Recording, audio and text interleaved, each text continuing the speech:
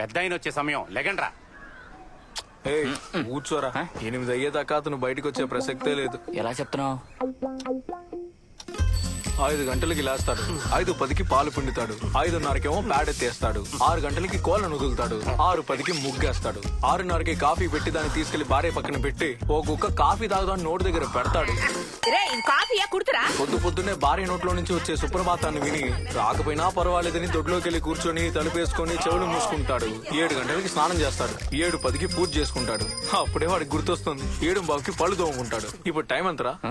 7:58. ఈ టైం కల్లా చేతిలో టవల్ సారీ పట్టుకుని భార్య కోసం బాత్రూమ్ దగ్గర వెయిట్ చేస్తాడు.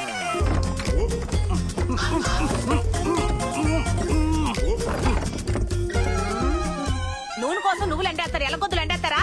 నా కర్మకాలి నేను కట్టుకున్నాను చూడు. ఇదంతా అయ్యాకే 8 గంటలకి బయటికి వస్తాడు.